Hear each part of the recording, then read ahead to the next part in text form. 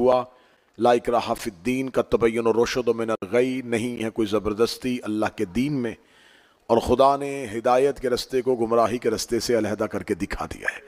اس میں تاریخی حقائق کے ساتھ گزرتے ہوئے ہم کوشش کر رہے ہیں کہ ہم کربلا کے اسباب کو جان سکیں، ہم یہ جان سکیں یہ آخر یہ کربلا کا واقعہ کیوں ہوا، کربلا کے واقعے میں کون کون سی طاقتیں کار فرما تھیں۔ میں نے آپ کے سامنے کل تک کی جو ہماری گفتگو تھی، جہاں سے بات ختم ہوئی تھی وہیں سے آج شروع کر رہے ہیں۔ رسول اللہ کے بعد امت مسلمانوں نے دو طرح کے نظام ہیں جو مسلمان کے گروہوں کے پاس ہے، ایک ہے نظام خلافت اور ایک ہے نظام امامت۔ نظام خلافت وہ ہے جو رسول اللہ کے بعد رسول کے ایک صحابی کو رسول کا خلیفہ مانتے ہیں۔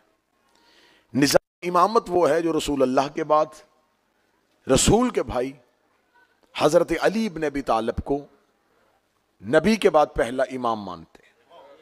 ٹھیک ہے جی، بات کھول کے کرنی چاہیے تاکہ آپ کا غیر جو ہے وہ بھی حقیقت تک پہنچ سکے۔ خلافت والے وہ ہیں جو یہ چاہتے ہیں کہ دین رسول کے بعد ہمارا نظام جو ہے خلافت والا، یہ نظام ٹھیک ہے، یہی ہدایت والا نظام ہے، یہی حق والا نظام ہے، اور رسول اللہ کے بعد یہی نظام حق ہے۔ جبکہ امامت والے یہ کہتے ہیں کہ رسول اللہ کے بعد امامت والا نظام یہی ہدایت کا نظام ہے، یہی حق کا نظام ہے، یہی سیدھا رستہ ہے، اور یہی صراط مستقیم ہے۔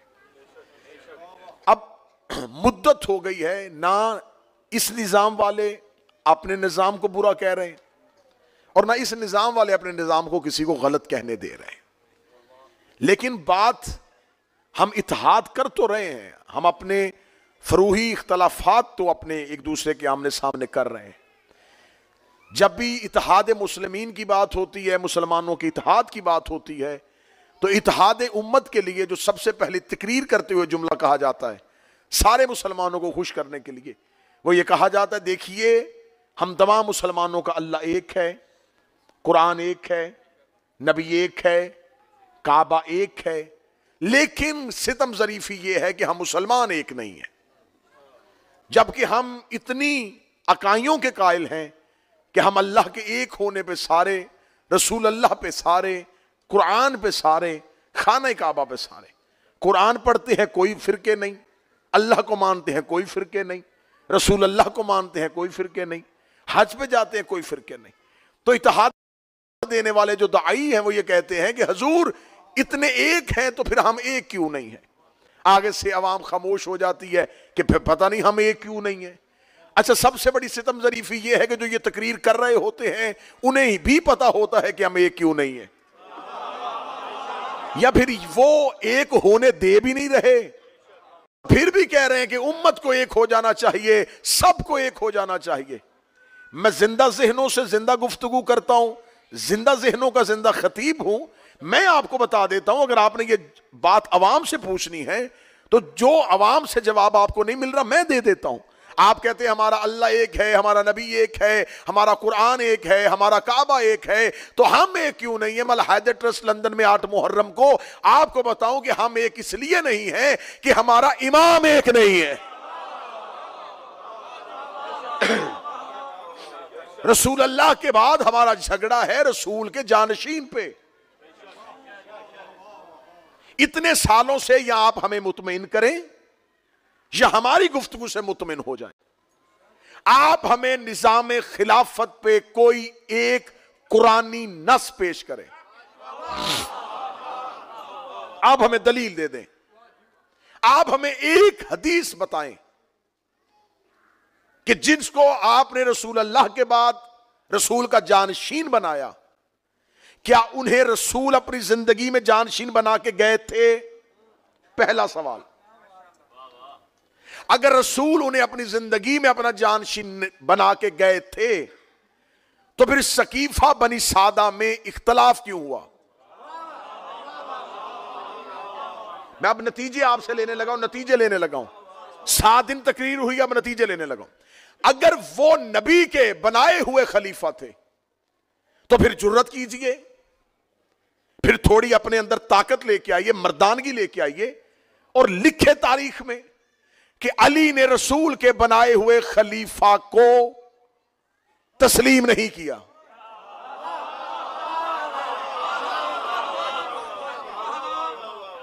اب آپ کے گلے میں یہ ڈھول آ گیا ہے کہ آپ نے چوتھے نمبر پہ خلافت دے دی ہے علی کو، اور علی ہے آپ کی نظر میں خلیفہ راشد، اور وہ علی پہلے خلافت سے اتفاق نہیں کر رہے۔ اب میں نتیجے دے رہا ہوں، جو قریب بیٹھو تمہیں حسین کا واسطہ سب۔ وہ علی سری بھائی، وہ علی چوتھے نمبر پہ مسلمانوں کا خلیفہ، ہم تو علی کو خلیفہ نہیں کہیں گے، ہم تو علی کو امام کہتے ہیں۔ آپ کے چوتھے خلیفہ راشد نے آپ کے پہلے خلیفہ راشد کو تسلیم نہیں کیا۔ اب یا تو آپ کو پہلی خلافت واپس لینی ہوگی، یا پھر چوتھی خلافت واپس لینی ہوگی۔ لہذا آپ ہمیں کوئی ایک نص دیں، اگر ان کی خلافت رسول نے کیا تھا تو پھر سقیفہ میں جھگڑا کیوں ہوا؟ مسلمانوں کی سادہ اکثریت نے فوراً رسول کے بعد انہیں خلیفہ کیوں نہیں کہہ دیا کہ یہی ہیں جن کے بارے میں نبی کہہ کے گئے تھے؟ آپ یہ کہتے ہیں کہ جی رسول اللہ واضح اعلان نہیں کر کے گئے تھے، تو پھر آج یہ امت کے جو فرقے ہیں یہ الزام مسلمانوں پہ تو آتا ہی نہیں، جب رسول ہمیں کوئی ایک ہدایت بتا کے ہی نہیں گئے، جب رسول اللہ نے ہمیں کوئی نظام ہی نہیں دیا، رسول اللہ نے باقاعدہ ہمارے لیے کوئی انتظام ہی نہیں کیا، تو پھر آج جو امت کے جتنے فرقے ہیں اس میں مسلمانوں کا کیا قصور ہے؟ اچھا پھر آگے آ جائیں، آپ کہتے ہیں نہیں رسول اللہ نے باقاعدہ اعلان نہیں کیا تھا، لیکن رسول اللہ نے امت پہ یہ فیصلہ چھوڑ دیا تھا کہ آپ انتخاب کریں۔ تو جب رسول اللہ نے امت میں یہ فیصلہ کیا تھا، میں نتیجہ دے رہا ہوں اور مجھے نتیجے کی قیمت چاہیے، جب رسول اللہ نے یہ اختیار امت کو دے دیا تھا کہ تم میرے بعد میرا خلیفہ ہو، تو جب امت نے یزید کو خلیفہ بنایا آپ نے اسے قبول کیوں نہیں کیا؟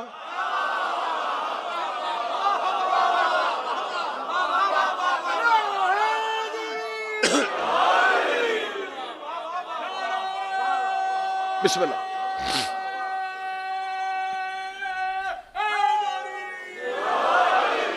کسی جگہ پہ کوئی شخص سستا فروٹ بیچ رہا ہو نا،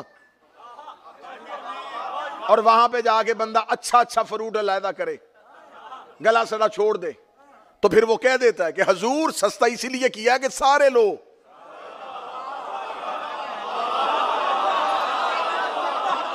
اگر آپ اچھے لے گئے تو یہ میں نے گلے سڑے کس کو بیچنے ہیں؟ تو آپ اچھے نہ اٹھائیں۔ جب آپ نے نظام کو اتنا سستا کر ہی دیا ہے تو پھر اب سارے ہی اپنے کھاتے ڈالیں۔ میری ایک بات میں کوئی جھول ہو تو تم پہ واجب ہے کہ اٹھ کے آپ نے ٹوکنا ہے کہ یہ بات کلیئر نہیں ہو سکی، ہمارے ذہنوں پہ ابھی تک یہ سوال زندہ ہے۔ اگر رسول اللہ کے بعد ان کی خلافت کی کوئی ایک دلیل تھی،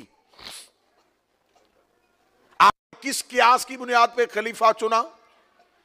کہتے اس لیے چنا کہ رسول اللہ نے اپنی زندگی میں، اور یہ ہمارے پاس تو یہ واقعہ ہے ہی نہیں، لیکن آپ لکھ کے کہہ دیا کہ رسول اللہ کی زندگی میں انہوں نے ایک نماز پڑھا دی تھی، وہ مصلی پہ آ گئے تھے اور انہوں نے نماز پڑھائی تھی۔ اچھا تو جو ایک لمحے کے لیے، پہلی بات تو یہ کہ ہمارے ہاں یہ روایت ہے ہی نہیں، جو ایک لمحے کے لیے مصلی پہ آئے، اس کا مصلی پہ آنا اس کے خلیفہ بننے کے لیے نص قرار پایا، تو جو نبی کے کاندھے پہ آیا تھا،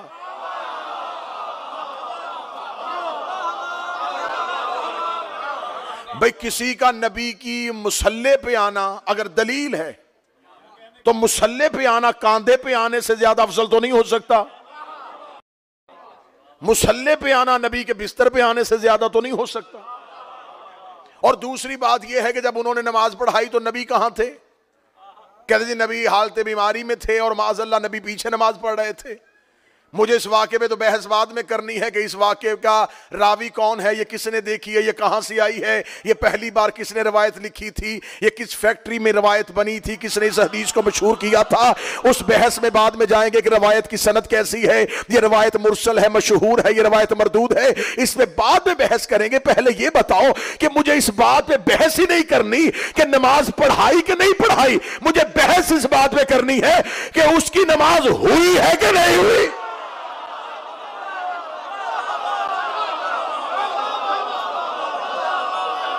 اس کی نماز ہی نہیں ہوئی.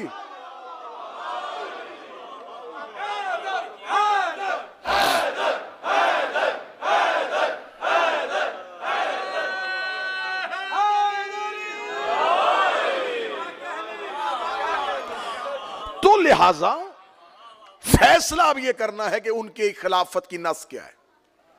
بالکل اب بالکل باتیں ختم ہونے کے آ رہی ہیں، اس لیے نتیجے دے رہا ہوں. نص کیا ہے، دلیل کیا ہے؟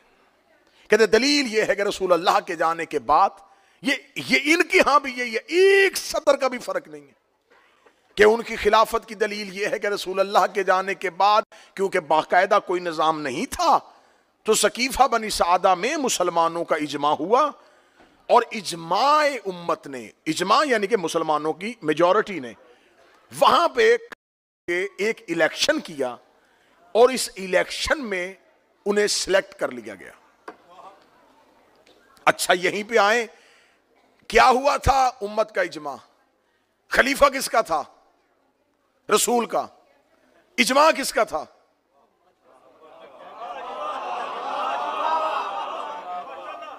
میں امام حسین کا سب سے چھوٹا سا ذاکر ہوں، اتنا پڑھا لکھا بھی نہیں.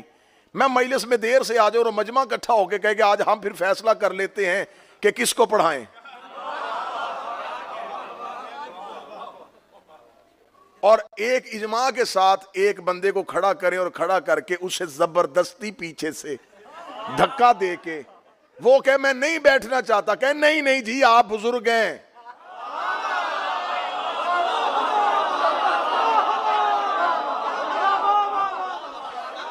آپ بڑے ہیں تو آج وہ نہیں آ سکے تو آپ بیٹھ جائیں. اسے زبردستی کوئی شریر پکڑ کے بٹھا دے،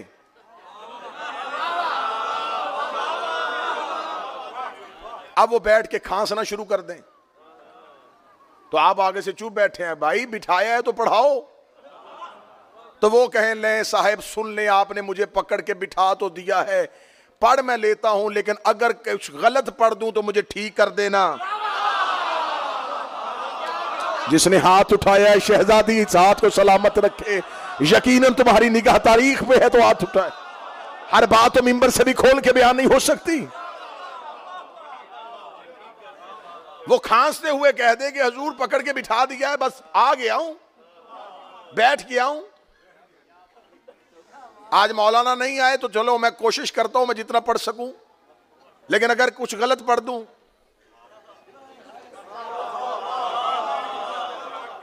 ٹھیک کر دینا. مجمع خاموش ہے کہ چلیں ٹھیک ہے جی آپ غلط پڑھیں گے تو ہم ٹھیک کر دیں گے، سنائیں کچھ. وہ سنانے کے لیے تیار ہوئے تو یہ سامنے سے ایک چھوٹا سا بچہ اٹھا. اس نے کہا جی مولانا آصف الوی جب کل تقریر کر رہے تھے تو انہوں نے سورہ بقرہ کی آیت پڑھی تھی، ہمیں اس کے ضمن میں کچھ باتیں پوچھنی ہیں.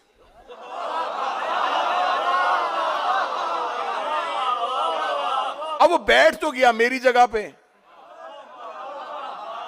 تیاری اس کی تھی کوئی نہیں.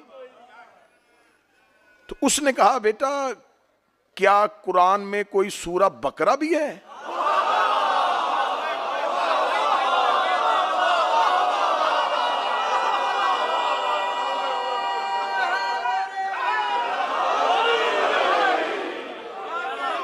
کوئی قرآن میں کوئی سورہ بقرہ نامی سورت بھی ہے؟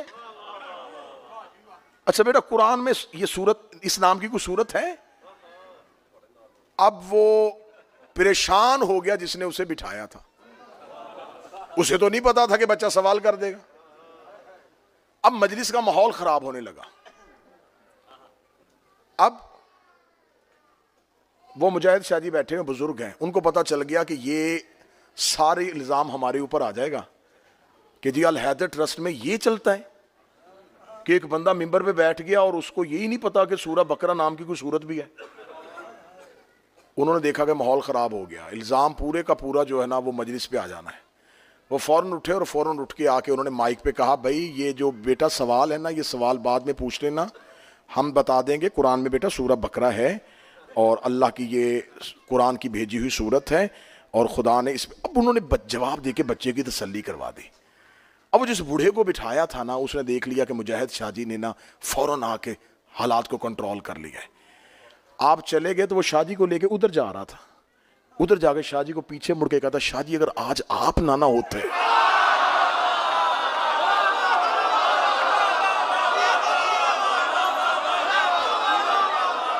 میں مارا گیا تھا.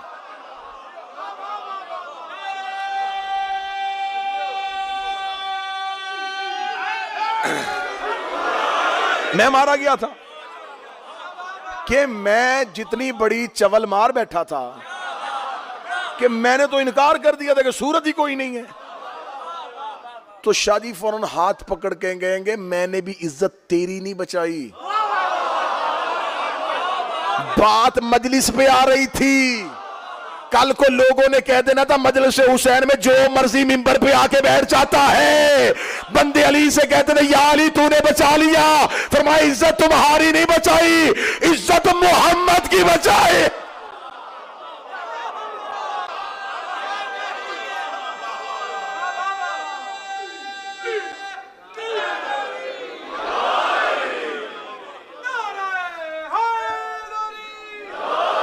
نس کیا ہے خلافت کی, دلیل کیا ہے؟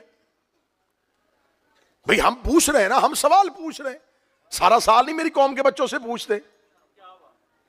محرم شروع ہوتا ہے تو سوشل میڈیا پہ شروع, گھوڑا کہاں لکھا ہے, ماتم کہاں لکھا ہے, زلجنا کہاں لکھا ہے, کالے کپڑے پہننا کہاں لکھا ہے. لکھا ہے لکھا ہے لکھا ہے کہنے والوں, کچھ ہمیں بھی تو بتاؤ کہ خلافت کہاں لکھی ہے.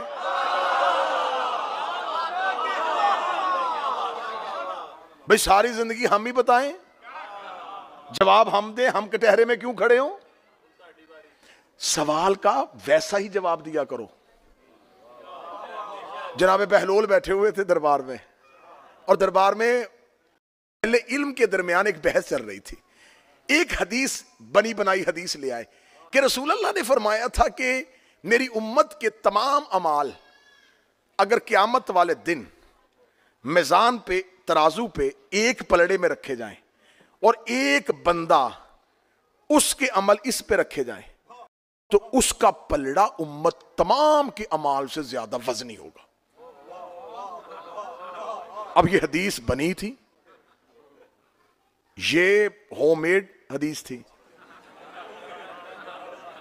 تو جب یہ حدیث پڑھی تو سارے علماء آپس میں کہنے لگے, ہاں ہاں ہاں ہاں میں نے بھی حدیث سنی, ہاں میں نے بھی یہ حدیث سنی, ہاں میرے بات. اب ان کے نام لکھے جا رہے تھے کہ اس نے بھی گواہی دی, اس نے بھی گواہی دی, اور مورخ تاریخ لکھ رہا تھا, مورخ تاریخ لکھ رہا تھا.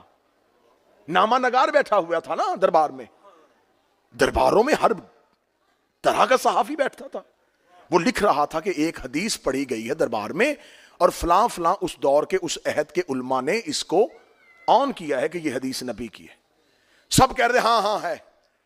بادشاہ نے خوش ہو کے کہا, چلیں آج الحمدللہ ہم نے ایک دین کا کام کیا کہ آج ایک حدیث پہ متفق علیہ تمام نے اس کو پاس کیا کہ یہ حدیث رسول کی ہے, اگر کسی کو کوئی اعتراض ہے تو پوچھ سکتا ہے. بہلول نے ہاتھ کھڑا کر لیا. اب بہلول کو پتا تھا کہ اتنے لوگوں نے کہہ دیا کہ حدیث صحیح ہے. جب میں نے کہنا نا صحیح نہیں, تو فوراً اتنے مولویوں نے فوراً میرے اوپر قتل کا فتویٰ لگا دینا ہے کہ اس نے اتنے علماء کی توہین کر دی ہے, اتنے دیندار. اب میں نے کہا تھا جیسا سوال ویسا جواب. بہلول نے ہاتھ کھڑا کیا, بادشاہ متوجہ ہوا, مولویوں کے سر چکرا گئے. اب یہ کیا بتائے گا. بادشاہ نے بہلول کی طرف دیکھ کے کہا, اچھا تو آپ کو اس سے اختلاف ہے, آپ کہتے ہیں یہ حدیث ٹھیک نہیں ہے. اس نے کہا نہیں حدیث ٹھیک ہے, ترازو ٹھیک نہیں ہے. ہائے ہائے ہائے ہائے,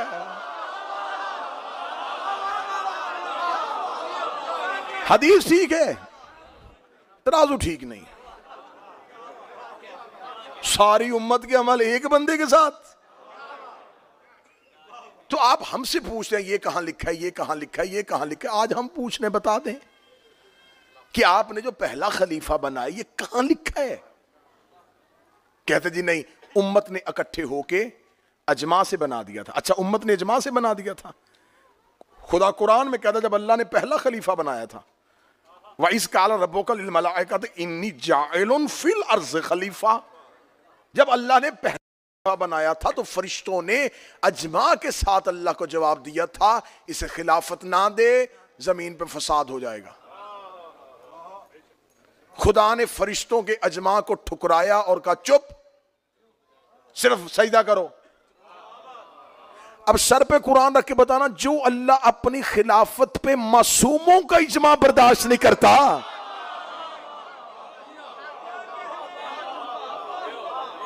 اجماع کی حیثیت کیا تھی؟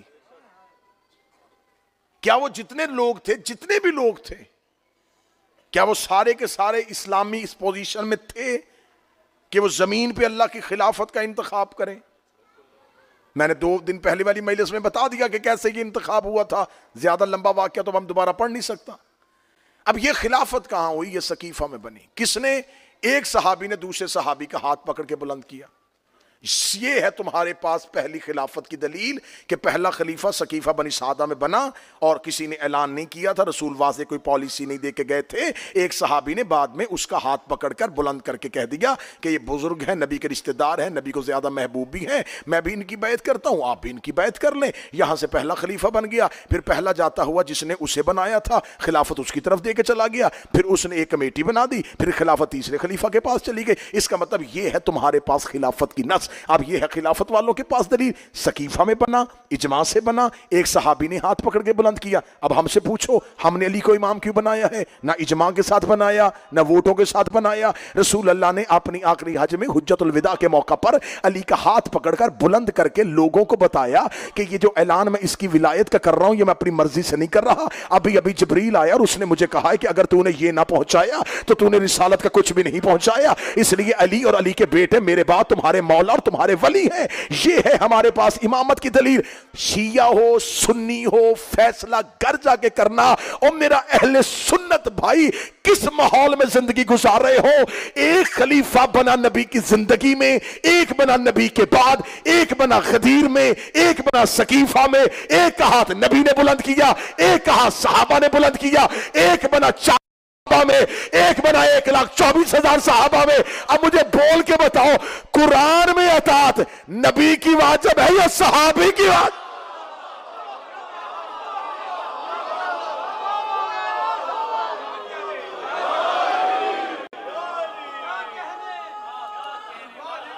اللہ کا بنایا ہوا، ایک کو نبی بنا رہا ہے، ایک کو صحابی بنا رہا ہے۔ اور قرآن یہ کہتا ہے کہ جو محمد دے وہ لے لو، جس سے روکے اسے رک جاؤ۔ رسول نے ہمیں علی دیا، ہم نے لے لیا۔ میں 8 محرم الحیدر ٹرسٹ میں اعلان کر کے ویڈیو کیمرے پہ کلپ بنوا کے وائرل کرنے لگا ہوں آپ کی تائید کے ساتھ۔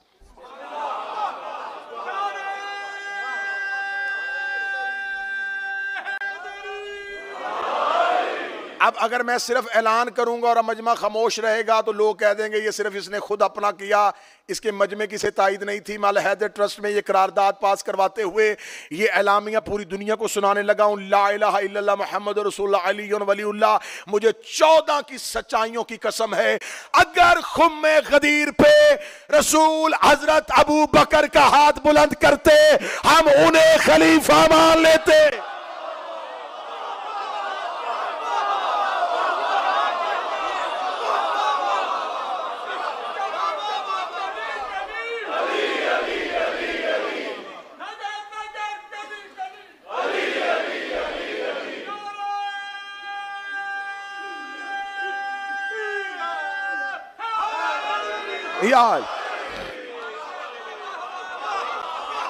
اگر رسول اعلان کرتے خدا کی قسم ہم مان لیتے۔ ہمیں کیا مجبوری بنی تھی کہ ہم کسی کا انکار کریں؟ رسول اللہ نے بلند ہی نہیں کیا، رسول نے کہا ہی نہیں، حکم ہی نہیں دیا۔ ماتم کرتے ہیں شیعہ بدعت ہے. بدعت کیوں ہے جی؟ کہتے ہیں جی نبی کی زندگی میں تو تھا ہی نہیں. اچھا تو مان گے نا جو نبی کی زندگی میں نہ ہو وہ بدعت ہوتا ہے؟ جو ہاتھ نیچے ہے یار آپ کیا سننا چاہ رہے ہیں؟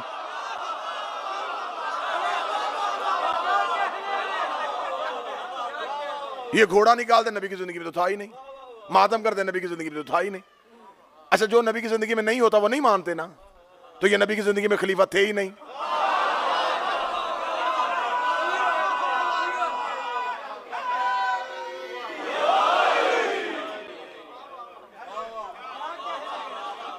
بھئی آپ ہمیں بتائیں, آپ ہمیں منوا لیں, دلیل دیں, ہمیں مان لیں.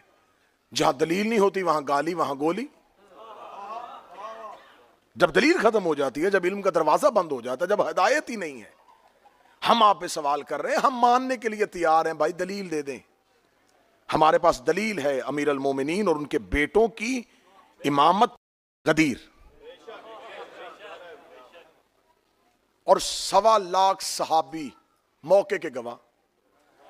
اچھا مولا علی 2 طرح سے خلیفہ ہیں, سلیکشن سے بھی اور الیکشن سے بھی.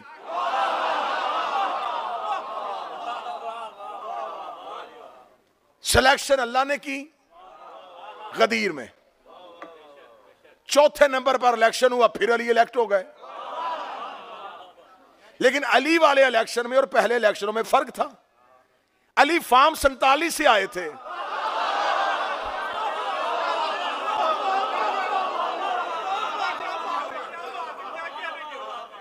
میجورٹی مان رہی ہے. یقین کریں اگر صرف الیکشن کو ہی دیکھا جائے کہ پہلی خلافت کے الیکشن میں اور علی کے الیکشن میں کیا فرق ہے, زمین آسمان کا فرق ہے. پہلی خلافت کا الیکشن چھوٹے سے چوک میں ہوا, اس الیکشن میں اس لمحے مدینے کی میجورٹی نے اختلاف کر دیا. کیسے؟ انصار کا قبیلہ پورے کا پورا انکار کر گیا, بنو خزرج نے انکار کر دیا. سعد بن عبادہ جو ان کا سربراہ تھا وہ خود کینڈیڈیٹ تھا, اس کے مقابلے میں جب زبردستی اسے بنوا لیا تو پورے کے پورے انصار جو ہے وہ الیکشن سے بائیک آؤٹ کر گئے, انہوں نے بیعت کی نہیں. سعد بن عبادہ انصاری نے آخری لمحے تک بیعت نہیں کی, نہیں مانا. اور آج کتابوں میں لکھا جی سعد بن نبی عبادہ انصاری کو جنوں نے قتل کر دیا تھا. ہاں ہاں ہاں, جو اہل علم بیٹھے وہ میری تائید کرے, جو لٹریری بیٹھے. جناب سعد بن عبادہ انصاری, اس کا اسلام میں سب سے بڑا احسان ہے. یہ مہاجر جب مدینے سے نکل کے مکہ سے نکل کے مدینہ آئے ہیں تو یہ مدینے میں سردار تھا خزرج قبیلے کا. اس نے فوراً اپنا مال تقسیم کیا. اس نے کہا یہ جو ہجرت کر کے آئے انہیں میرا مال دو. یہ روزانہ لوگوں کو کھانا کھلاتا تھا. اس نے انصار قبیلے سے کہا جس کے پاس 2 جانور ہیں ایک ان کو دے دو, 2 گھر ہیں ایک ان کو دو. سب سے زیادہ احسان کیا تھا اس نے. یہ کہتے جی شیعہ صحابہ کی بات نہیں کرتے, لو میں کر رہا ہوں. سعد بن عبادہ انصاری نے اسلام میں مسلمان جو مکہ چھوڑ کے آئے تھے ان پہ سب سے زیادہ احسان کیا تھا, اور انہوں نے پہلے خلیفہ کی بیعت نہیں کی تھی. ان سے زبردستی چھڑوا دیا گیا تھا مدینہ, اور بعد میں ان کو سفر کے دوران نامعلوم جگہ سے ایک تیر آیا اور لگا, اور مدینے میں مشہور ہوا, جنوں نے قتل کر دیا. آج تک کتابوں میں سعد بن عبادہ انصاری کا لکھا ہے. سعد بن ابی عبادہ انصاری بڑے برگزیدہ اصحاب رسول تھے, لیکن ان کو جنات نے قتل کر دیا تھا. جنوں نے قتل کیا, ہمیں پتا ہے کنہوں نے کیا ہے.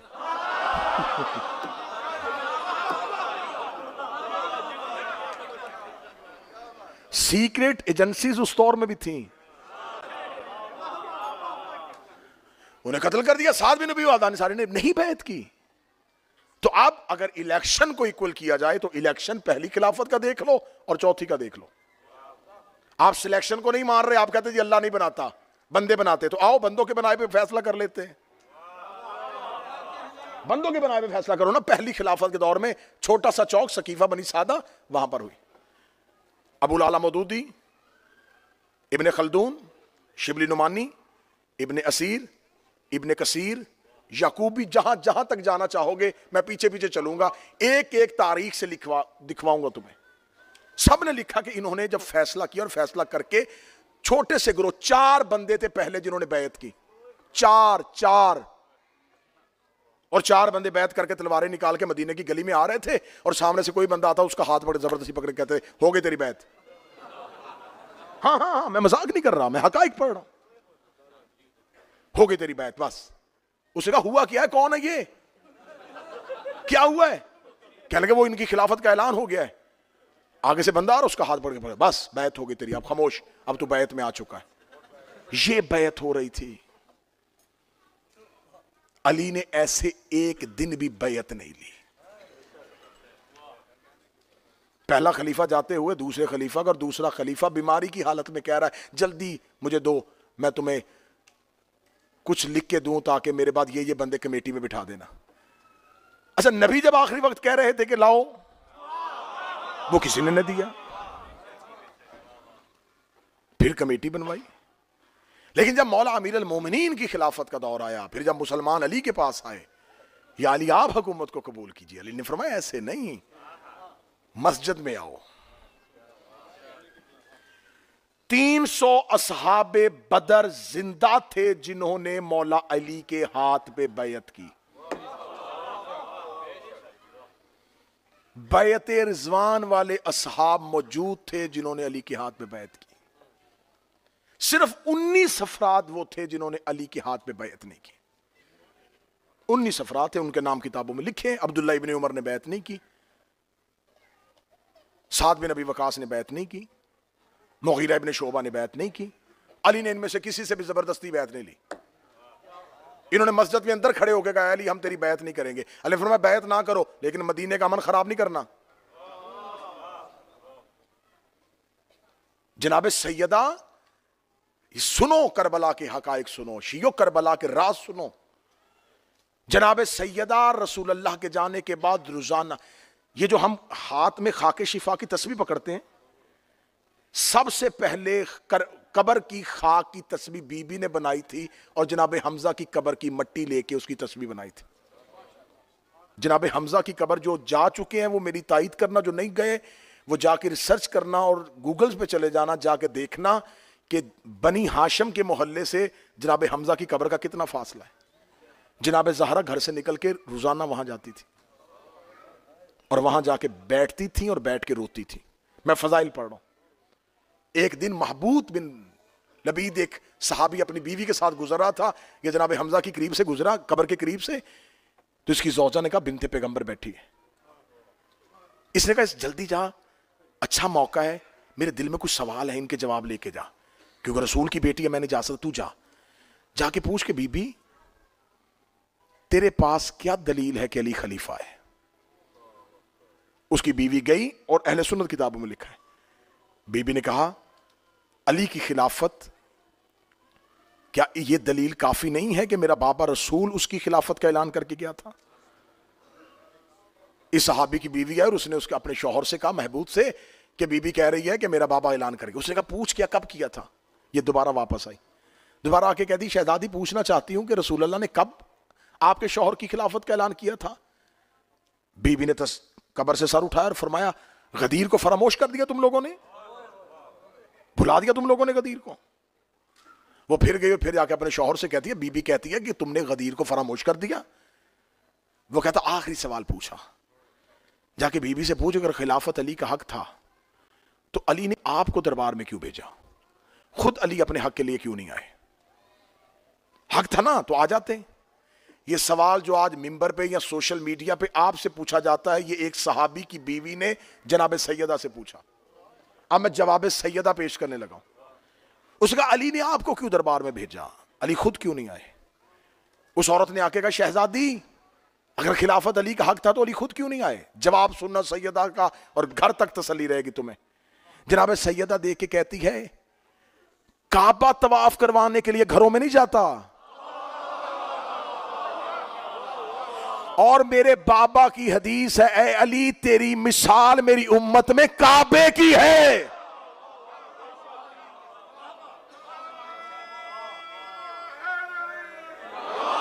اے علی تیری مثال میری امت میں کعبہ کی ہے.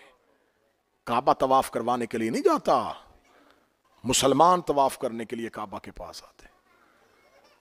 علی کو خلیفہ ماننا مسلمانوں کا حق تھا. امیر المومنین پہ نہیں تھا کہ یہ بنائیں گے تو خلیفہ بنیں گے.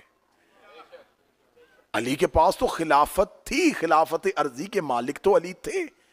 بھئی شب قدر میں کوئی بندہ سر پہ قرآن رکھ کے ساری رات عمال کرتا رہے تو شب قدر کی فضیلت میں اضافہ ہو جائے گا. اور اگر لیلۃ القدر میں کوئی بندہ ساری رات سویا رہے تو لیلۃ القدر کی فضیلت میں کوئی کمی آ جائے گی. لیلۃ القدر کی نہ عزت میں اضافہ ہوتا ہے نہ اس کی فضیلت میں کمی آتی. نہ کسی کے سونے سے وہ کم ہوتی ہے نہ کسی کی عبادت کرنے سے وہ بڑھتی ہے. علی کسی کے چھوڑنے سے گھٹتا نہیں ہے اور علی کسی کے ماننے سے بڑھتا نہیں ہے. ہاں علی کو چھوڑنے والا روز گھٹتا ہے اور علی کو ماننے والا روز بڑھتا ہے. غدیر کے بعد مسلمانوں نے یہ اسباب کربلا ہیں, یہ اسباب کربلا ہیں. کربلا کو صرف کربلا سے شروع نہ کرنا, کربلا کو روز اول سے شروع کرنا کہ کربلا کے اسباب کیا ہیں. امت نے, آخری جملے کہنا, امت نے علی کا ساتھ چھوڑا تو کیا امت مسلمان رہی؟ آخری سطریں پڑھنے لگا اور اپنے مصائب کے ساتھ متصل ہونے لگا. امت مسلمان ہے ہی نہیں. اب آپ یہ نہ کہیں کہ مسلمانوں نے علی کو چھوڑ دیا, مسلمانوں نے حسن کو چھوڑ دیا, مسلمانوں نے حسین کو چھوڑ دیا. اسلام اہل بیت کی اطاعت کا نام ہے. میرا موضوع طویل ہو جانا تھا لیکن مجھے گفتگو لے کے آنی ہے سرکار حضرت ابو الفضل العباس پہ, تو میں حضرت ابو الفضل العباس کی ہی ایک مثال پیش کرنے لگا ہوں. شب عاشور ہے, جوانان بنی ہاشم اور انصار حسین خیمہ عباس میں آ گئے کیونکہ حضرت عباس اس لشکر کے علم بردار ہیں اور اس لشکر کے سپہ سالار ہیں. مولا امام حسین کا مختصر سا لشکر خیمہ عباس میں آ گیا ہے اور خیمہ عباس میں آ کے کہتے ہیں کہ مولا کل کی جنگ کی حکمت عملی بتائیں کہ کل کس نے کب لڑنا ہے, کیا حکمت عملی ہوگی, ہم جنگ کیسے کریں گے. اب یہ جو مولا عباس نے خطبہ دیا ہے, اس خطبے کی راوی کوئی امام حسین کے صحاب میں سے نہیں. اس خطبے کی راویاں ہیں جناب شہزادی زینب بنت علی. اب آپ بتائیں کہ اس خطبے کی سند پہ اب کسی کو شک ہو سکتا ہے کہ خود علی کی بیٹی اس خطبے کی راویہ ہے. جس کتاب میں یہ خطبہ لکھا ہے اس کے اوپر لکھا ہوا ہے کہ یہ خطبہ روایت کیا ہے جناب زینب نے. بی بی کہہ رہی ہے کہ جب اصحاب حسین عباس کے خیمے میں تھے تو بی بی کہتی ہے کہ میں عباس کے خطبے کو اپنے خیمے میں سن رہی تھی. حضرت عباس نے اپنے خطبے کا آغاز کیا. بس میں نے بات اتنی بتانی ہے کہ امت کا تعلق اب اسلام سے نہیں ہے, باہر ہجوم ہے. اور کتابیں کہتی ہیں کہ شب عاشور قاتلان حسین جو امام حسین کے دشمنی میں آئے تھے, شب عاشور ان کی تلاوت کی آواز ایسے آ رہی تھی جیسے شہد کی مکھیوں کے چھتے کے قریب سے مکھیوں کی بنبناہٹ کی آواز آتی ہے. ایسے ان کی تلاوت کی آوازیں آ رہی تھیں اور یہ تلاوت قرآن میں مصروف تھے. کون؟ قاتلان حسین. اور ان کا مؤذن اذان بھی دے رہا تھا اور یہ سارے کے سارے با جماعت نماز بھی پڑھ رہے تھے. ان کی گردنوں میں قرآن کی حمائلیں لٹکی ہوئی تھی. آپ کو حقیقت کربلا پڑھنی ہے تو پڑھیے گا. کربلا میں قاتلان حسین میں صرف فوجی نہیں آئے تھے, حفاظ, قاری, اسلامی عدالتوں کے جسٹس, اسلامی فوجوں کے سربراہ, مملکت اسلامیہ میں دین اور فقہ پڑھانے والے, مدرسین, محدثین, یہ لوگ موجود تھے. اور حضرت عباس اپنے خیمے میں اپنے صحاب کو لے کے بیٹھے اور حضرت عباس نے خطبے کا آغاز کیا. الحمدللہ مبدل انوار و مولج اللیل والنہار, اما بعد ایھا الاخیار ویا انصار آل اللہ الابرار, لا تفزعوا من ہجوم الکفار ولا تفشلوا من کثرت الاشرار لانہم کلاب النار. لمبا خطبہ ہے, صرف 4 سطریں پڑھنے لگا. حضرت عباس نے سر اٹھایا. اب ذہن میں نقشہ رکھنا, باہر تلاوت کی آوازیں آ رہی ہیں جس طرح رات کو شبینوں میں تلاوت کی آوازیں آتی ہیں, جیسے مکھیوں کی بنبناہٹ ایسے تلاوت ہو رہی ہے، تسبیحوں کی آوازیں آ رہی ہیں، کوئی سجدہ کر رہا ہے، کوئی نفل پڑھ رہا ہے، اور قتل کس کو کرنے ہیں؟ حسین کو۔ اور حضرت عباس کے خیمے میں ایک مختصر سا لشکر بیٹھا ہے، اور علی کا بیٹا کر الحمدللہ مبدی الانوار، تعریف اس اللہ کی جو انوار کا خالق ہے، وہ مولج اللیل والنہار، جو رات کو دن میں بدل دیتا ہے۔ اما بعد، اس کے بعد، ایھا الاخیار، او میرے دوستو، وَيَا انصار آل اللہ الابرار، اے اللہ کی آل کے مددگارو۔ اب حضرت عباس کے خطبے میں خطابت ڈالوں۔ حضرت عباس نے یہ نہیں کہا کہ آل محمد کے انصار، یا انصار آل اللہ الابرار، اے اللہ کی آل کے مددگارو، ویا انصار آل اللہ الابرار لا تفزہوا من ہجوم الکفار۔ جو بات میں نے شروع کی تھی اس کے لیے حضرت عباس کے خطبے کی مجھے سہارا لینا پڑا۔ حضرت عباس نے کہا لا تفزہوا من ہجوم الکفار، ان کافروں کے مجمع سے نہ گھبرانا۔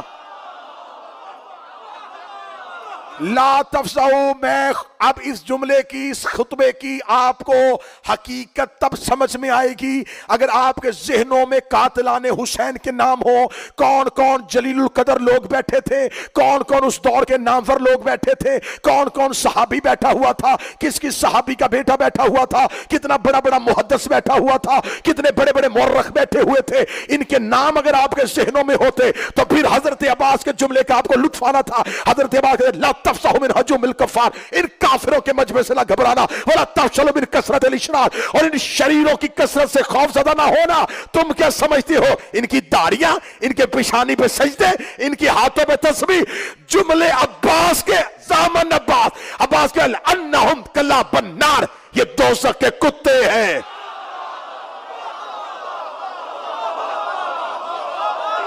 لأنہم کلاب النار،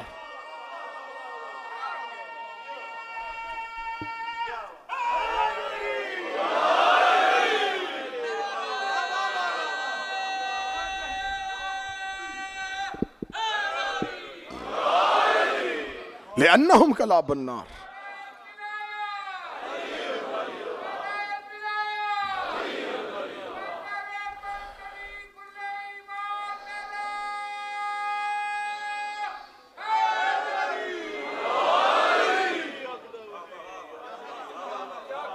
چلو آخری صدر کہتا ہوں، جو کہتے ہیں جی قرآن میں اہل بیت کا مکمل تعارف اور اہل بیت کے دشمنوں کو تو ذکر ہی نہیں، صرف ایک آیت سننا، ایک آیت سننا، اس کے بعد میں مصائب شروع کرنے لگا۔ رسول اللہ سے کسی نے آگے پوچھا یا رسول اللہ آپ کے بعد خلیفہ، فرمایا امر من اللہ، اللہ کے امر سے ہوگا۔ اس نے کہا یا رسول اللہ اللہ کے امر سے ہوگا، فرمایا اللہ کے امر سے ہوگا۔ پھر اس کے بعد میرے ایک امام سے پوچھا گیا مولا رسول اللہ نے کہا تھا میرے بعد خلیفہ اللہ کے امر سے ہوگا، آپ بتا سکتے ہیں کہ اللہ نے اہل بیت کی عزت کی بات کی اور اہل بیت کے دشمنوں کی ممانعت کی ہو؟ کیا کوئی ایک ایسی آیت ہے؟ ممبر سے پہلی بار یہ آیت سنو تو دل سے نوکر کو دعا دے دینا کہ جس میں اہل بیت کی بات بھی ہو اور اہل بیت کے دشمنوں کی بات بھی ہو، اہل بیت کا نام بھی ہو، اہل بیت کے دشمنوں کا نام بھی ہو۔ معصوم نے کہا ہاں ایک آیت ہے۔ اس نے کہا کون سی آیت ہے؟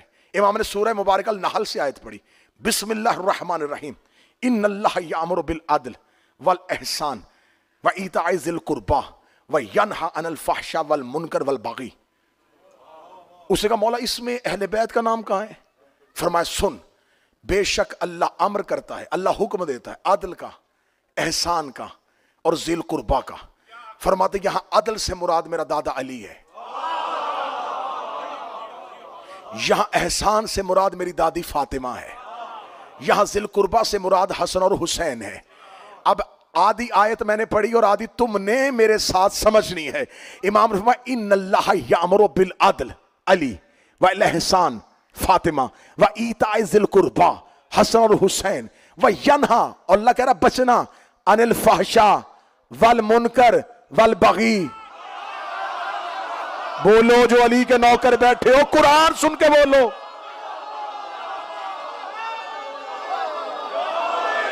معصوم کی نس دے رہا ہوں، معصوم کی نس دے رہا ہوں۔ ان اللہ یامر بالعدل، اللہ حکم دے رہا ہے تمہیں علی کے لیے، وبالإحسان اور فاطمہ کے لیے، وإيتاء ذي القربى حسن اور حسین کے لیے. اور جہاں اللہ ان کے لیے حکم دے رہا ہے وہاں لگا رہا ہے ینہا، بچنا، واپس رہنا، انکار کر دینا، عن الفحشاء. سر ہلا رہے ہو، میں قرآن پڑھ رہا ہوں. عن الفحشاء والمنکر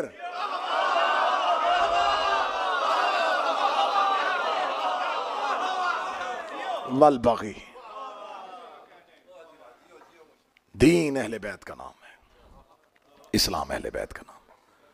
اہل سنت بیٹھے ہو، کلمہ نبی کا پڑھنا ہے، قبر میں جانا ہے، قبر میں مولوی نے نہیں آنا.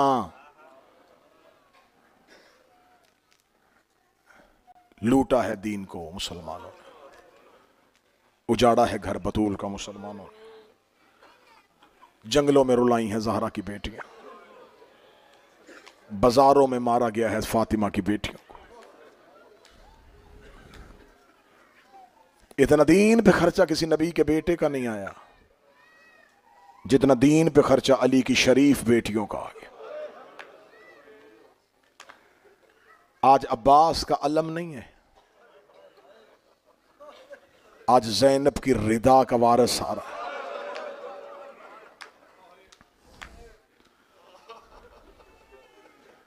وہ جس کے مان پہ علی کی بیٹیوں نے مدینہ چھوڑا تھا، وہ جس کی دنیا میں آنے کی دعا فاطمہ کر کے گئی تھی. میں فضائل زیادہ پڑھ گیا ہوں، اب مجھے کوشش کرنا کہ مصائب میں گریہ کر لینا تاکہ مجھے طویل مصائب نہ پڑھنا پڑے. وہ جس کی آنے کی دعا فاطمہ نے کی تھی، وہ جس کے کرتے نبی کی بیٹی اپنے زخمی ہاتھوں سے سیتی رہی ہے. وہ ابوالفضل العباس جو دنیا میں آیا ہے تو اتنا زمین پہ نہیں چلا جتنا علی کی بیٹیوں کے ہاتھوں پہ رہا. شہزادیوں نے وقت مقرر کیے ہوئے تھے، صبح عباس میں بھی اٹھاؤں گی، ظہر کے بعد کوئی کہتی تھی میں اٹھاؤں گی، رات کو عباس میرے پہلو میں سوئے گا. اتنا ماں کی گود میں نہیں رہا جتنا علی کی بیٹیوں کے ہاتھوں پہ رہا ہے. شہزادیاں عباس کو قرآن کی طرح ہاتھوں پہ اٹھا کے رکھتی تھی. حضرت عباس کے پاؤں زمین پہ چلنے والے ہو گئے. حضرت عباس نے صحن علی میں چلنا شروع کیا. ایک دن ماں کی حویلی میں گئے، اماں صحن میں بیٹھی رو رہی تھی. عباس نے آ کے ام البنین کی گود میں سر رکھا، رکھ کے کہا اماں کیوں رو رہی ہیں؟ فرمایا عباس جب تک تو چھوٹا تھا میں چپ رہی، عباس اب تو چلنے والا ہو گیا ہے. عباس آج میں تجھے کچھ بتانا چاہتی ہوں. غازی دیکھ کہتے اماں رو نہ، مجھے بتا. بی بی دیکھ کے کہتی ہے عباس مجھے بتا تو کہاں گیا تھا؟ فرمایا اماں میں بہنوں کے گھر میں تھا. بی بی دیکھ کے کہتی ہے عباس بس یہی بتانا وہ تیری بہنیں نہیں. کوشش کرنا ماتم کی تیاری کرنا، عباس وہ تیری بہنیں نہیں ہیں. عباس دیکھ کے کہتا بی بی عالیہ اور کلثوم میری بہنیں نہیں ہیں؟ فرمایا نہیں عباس وہ تیری بہنیں نہیں ہیں، وہ فاطمہ کی بیٹی ہے، تو کنیز کا بیٹا ہے. عباس وہ بھائیوں سے پردہ کرتی ہیں، عباس وہ بابے سے پردہ کرتی ہیں، عباس تجھے ہاتھوں میں اٹھا کے رکھتی ہیں. عباس میری وفا میں فرق آ رہا ہے. عباس اب ان کے سامنے سر جھکایا کر. عباس انہیں جی آقا زادی کہا کر. عباس ان پہ اللہ درود پڑھتا ہے. عباس یہ زہرا کی بیٹیاں ہیں. عباس سارا دن گھر میں بیٹھا رہا، یہ فاطمہ کی بیٹیاں، میں کنیز کا بیٹا، یہ زہرا کی بیٹیاں، میں کنیز کا بیٹا. اگلے دن علی کی بیٹی گھر میں آئی، دے کہتی عباس صبح سے تو میرے حجرے میں کیوں نہیں آیا؟ ہاتھ باندھ کے کہتا مجھے نہیں پتا تھا میں کنیز کا بیٹا. تڑپ گئی علی کی بیٹی، رو کے کہتی عباس کس نے بتایا؟ بی بی مجھے ماں نے بتایا ہے. بی بی دے کہتی نا عباس تو میرا سہارا ہے، تو میرا مان ہے. عباس جیسے جیسے تو شباب کی طرف جا رہا ہے، زینب کی حسرتیں بڑی مضبوط ہو رہی. 21 رمضان کو علی کوفہ میں آنکھیں بند کی. 9 دن کے بعد کوفہ میں عید آئی. امام حسن بہن کے گھر آئے، رو کہتے زینب آج بھائی بن کے نہیں بابا بن کے آیا ہوں. زینب آج مجھ سے بیٹی بن کے کچھ مانگ. میں بھائی بن کے نہیں تجھے بابا بن کے دوں گا. میں جملہ بہنوں بیٹیوں کے لیے پڑھنے لگا ہوں. بی بی عالیہ رو کے کہتی حسن میں کچھ مانگوں مجھے دے گا؟ فرمایا جو مانگے گی میں دوں گا. رو کے کہتی پھر عباس کو کہ باب علی کے کپڑے پہن کے میرے گھر میں آئے, میں غازی کو چلتا ہوا دیکھوں. عباس چلتا ہے تو ہو بہو علی لگتا ہے. عباس کو کہیے ایک بار باب علی کے لباس پہن کے میرے گھر میں. حسین نے وطن چھوڑا تو عباس, مکہ پہنچے تو دروازے پہ عباس, کربلا آئے تو عباس. 7 محرم کل والا دن حسین کی بیٹیاں پیاسی ہو گئیں. بار بار آ کے کہتا رہا مولا مجھے اجازت دے میں فرات کا گھاٹ خالی کرواؤں. فرمایا عباس یہاں جنگ کرنے آتا تو سکینہ نہ لے کے آتا, عباس یہاں لڑنا ہوتا میں زینب کو ساتھ نہ لے کے آتا. 10 محرم ایک ایک شہید مقتل میں جاتا رہا. غازی کی آنکھوں کے سامنے عباس کے شاگرد مارے جاتے رہے. عباس بار بار جا کے کہتے مولا سب کو روک مجھے بھیج. حسین ہر بار کہتے نہیں فوج لڑوا تو علمدار ہے, لشکر کو بھیج تو علمدار ہے. جب عباس بالکل اکیلا رہ گیا آخری بار آ کے کہتا مولا بھی اجازت دے دے. حسین رو کے کہتے عباس میں تجھے کہہ رہا ہوں تو میری فوج کا علمدار ہے. عباس نے دونوں ہاتھ پاؤں پہ رکھے رو کے کہنے لگا وہ فوج کہاں ہے جس کا میں علمدار. مولا میرا اکبر مارا گیا, میرا قاسم مارا گیا, میرے اونو محمد مولا میری آنکھوں کے سامنے میرے لائق شاگرد گھوڑے کی زین سے گر گئے. آواز بھائی تھوڑی ٹھیک کرنا. مولا مجھے کیوں کہہ رہے ہیں کہ میں نے نہیں جانا؟ عباس اپنے خیمے کے دروازے میں بیٹھے تھے, یا حسین کی بیٹی آئی, چچا غازی میرا اصغر بڑا پیاسا ہے.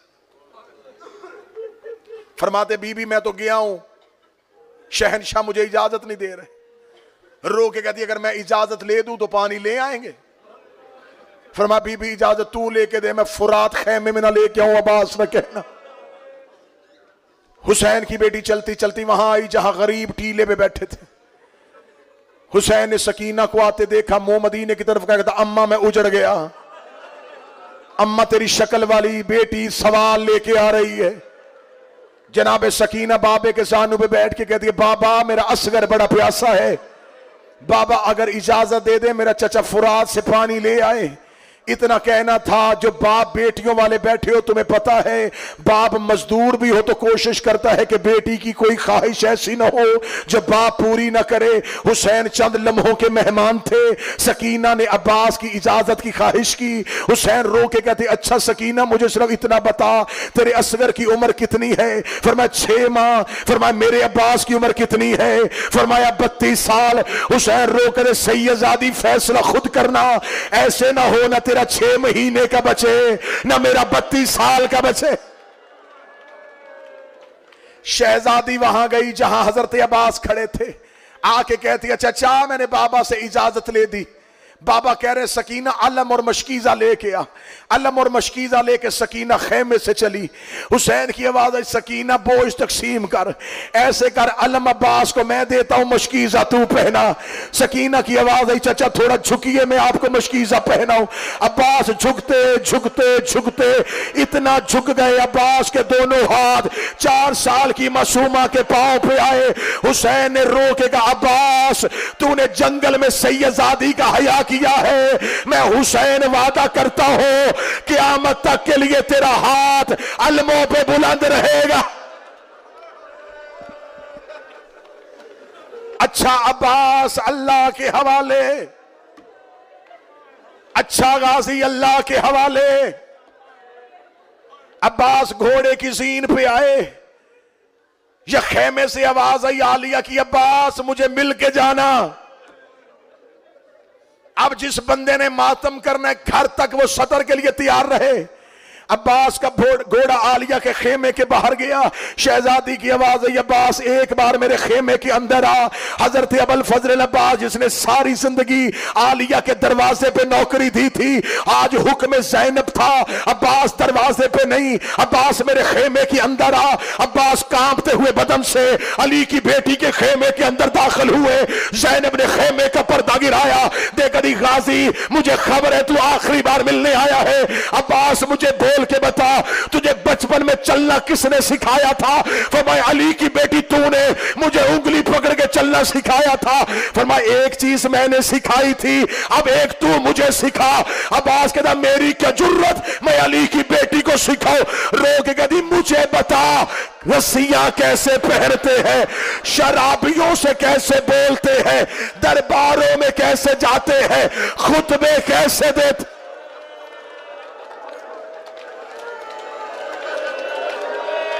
بھینی دامان سلامت رہوے، ایک منت ہمشیر تے لائی وج، کل ملنے نے زیور کہہ دیا والے کی میں پاونے ہر دکھلائی وج، کی میں بولنا نال شرابی دے۔ عباس مجھے بتا خطبے کیسے دیتے، عباس مجھے بتا شرابیوں سے کیسے بولتے۔ غازی زمین پہ گرے، رو کے کہا لے دے شہزادی اجازت، نہ خطبے دینے پڑے نہ شام جانا پڑے۔ حضرت عباس نے بی بی زینب کا خیمہ چھوڑا، اے میری بہنوں بیٹیوں آئی بھی عباس کے پہرے میں ہو، جاؤ بھی غازی کے پہرے میں، عباس ہمیشہ تمہاری عزتیں محفوظ رکھے۔ اگلا جملہ میری بیٹیوں تم سننا، میری بہنوں تم سننا۔ حضرت عباس گئے اپنی بہن رقیہ کے خیمے میں، رقیہ کے خیمے میں عباس اپنے گھوڑے سمیت آئے، آ کے کہنے لگے رقیہ تو ام البنین کی بیٹی ہے، میں ام البنین کا بیٹا ہوں، ہماری ماں نے سیدوں کی نوکری کی ہے، رقیہ میں تیری ایک منت کرنے آیا ہوں۔ رو کے کہتی حکم کرو میرا وفا کے پروردگار۔ حضرت عباس نے اپنے گھوڑے سے زین اتاری، اپنے گھوڑے کی رکابیں کھینچی، اپنے گھوڑے کی لجام نکالی، نکال کے کہتے رقیہ میں تجھے بتاتا جاؤں گا، تو ویسے ویسے زین رکھنا، تو رکابیں ڈالنا، تو لجامیں کھینچنا۔ رو کی کہتی عباس گھوڑے بنانا مردوں کا کام ہے، میں علی کی بیٹی ہوں۔ عباس رو کے کہتے رقیہ تھوڑی دیر کے بعد حسین اکیلا رہ جائے گا، ساری زندگی حسین کا گھوڑا میں نے بنایا ہے، اب حسین مقتل میں جائے حسین کا گھوڑا بنانا۔ ہائے عباس، ہائے عباس، ہائے غازی۔ ایک ایک خیمے سے عباس ودا ہوا۔ اب عباس وہاں پہنچے جہاں ٹیلے پہ حسین بیٹھے تھے۔ غریب نے عباس کو آتے ہوئے دیکھا، حسین کی آواز آئی عباس جا رہا ہے، عباس کی آواز آئی مولا جا رہا ہوں، حسین کی آواز آئی ایک مرتبہ اپنے گھوڑے سے اتر، عباس گھوڑے سے اترے، غریب کی آواز آئی عباس میرے گلے میں باہیں ڈال۔ عباس نے حسین کے گلے میں باہیں ڈالی۔ حسین رو کے کہتا عباس آج عاشورہ 10 محرم 61 ہجری تک علی کے ہر بیٹے نے علی کے بدر، احد، خیبر، خندق، جمل، صفین کے بدلے علی کے بیٹوں نے دیے ہیں۔ کبھی حسن کے جنازے سے انہوں نے بدلہ لیا ہے، کبھی میری ماں کے دروازے سے لیا ہے، کبھی میرے اکبر کے سینے سے لیا ہے، کبھی میرے قاسم کے لاش کے ٹکڑوں سے لیا ہے۔ عباس اب تو میدان میں علی بن کے جا رہا ہے، عباس اب دھیان سے لڑنا، اب بدلے زینب نے دینے ہیں، اب بدلے سکینہ نے دینے ہیں۔ عباس میری سکینہ بڑی چھوٹی ہے، میری سکینہ سے تیرے نیزوں کے بدلے سینے پہ ہاتھ مار جسے خبر ہے آج 8 محرم ہے۔ ہائے عباس، ہائے جوانی۔ حسین کی مائیں یہ چیخے مار کے رو رہے ہو، جناب زہرا تمہارے پر سے قبول کرے، جناب فاطمہ تمہارا رونا قبول کرے۔ عباس اللہ کے حوالے، بس جلدی ختم کر رہا ورنہ 2 گھنٹے چاہیے صرف غازی کا جانا پڑھنے کے لیے۔ عباس کیسے رخصت ہوئے، عباس کیسے ودا ہوئے۔ کربلا کی دردناک شہادتوں میں سے ایک شہادت ہے عباس، کیونکہ عباس کے گرنے کے بعد پھر کربلا میں ظلم ہوا ہے۔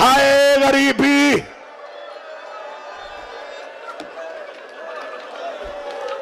میں نے قسم کھائی ہے کہ میں وہ روایت نہیں پڑھوں گا کہ گرا کیسے تھا, سر پہ گرز کیسے لگا تھا, اس گرز نے عباس کے سر کی حالت کیا کی تھی.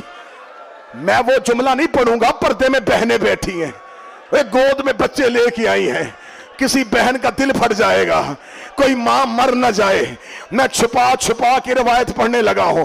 اب میں نے اتنا امتحان مجمع کر لیا, تمہیں زہرا کا واسطہ اب اسی جملے میں سمجھ لینا اور میں اسی پہ علم برآمد کروا لوں. عباس تھوڑا سا آگے گیا, غازی کا بایاں بازو ملا. عباس کے دونوں بازو حسین نے سینے سے لگائے. حسین قاتلوں کے ڈھیر میں عباس ڈھونڈ رہا تھا. 30 سیکنڈ کے بعد علم آنے لگا ہے اور تم نے پوری رات گھروں میں جا کے ماتم کرنا ہے. مجھے علم عباس کی قسم ہے, تھوڑی دور عباس کی لاش حسین تھے. عباس کے قاتلوں نے حسین کو آتے دیکھا, یہ عباس کی لاش پہ آئے, انہوں نے عباس کی لاش کو کاٹنا شروع کر دیا. یہ عباس کی لاش کاٹ رہے تھے, غریب زمین پہ گر گیا, رو کے کہتا ہے او میرا جوان, او میرا طاقت, او میرا جوان غازی, او میرا علم والا.